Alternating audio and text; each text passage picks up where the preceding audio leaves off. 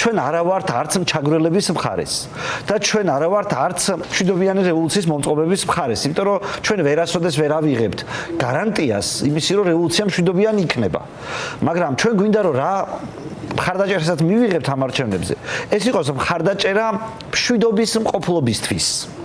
მხარდაჭერა იმისთვის, რომ ჩვენ არც ერთის მხარეს არ გვინდა ყოფნა და გვინდა კაი ცხოვრება გვინდა.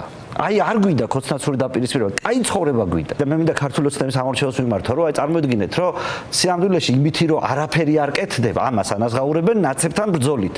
და თქვენც ხომ უნდა დაფიქრდეთ იმაზე, რომ აი კიდე გინდათ, კიდე აი იგივეს გაგრძელება. თუ გინდათ ადამიანები, რომლებსაც ერთი შერიგება უნდათ.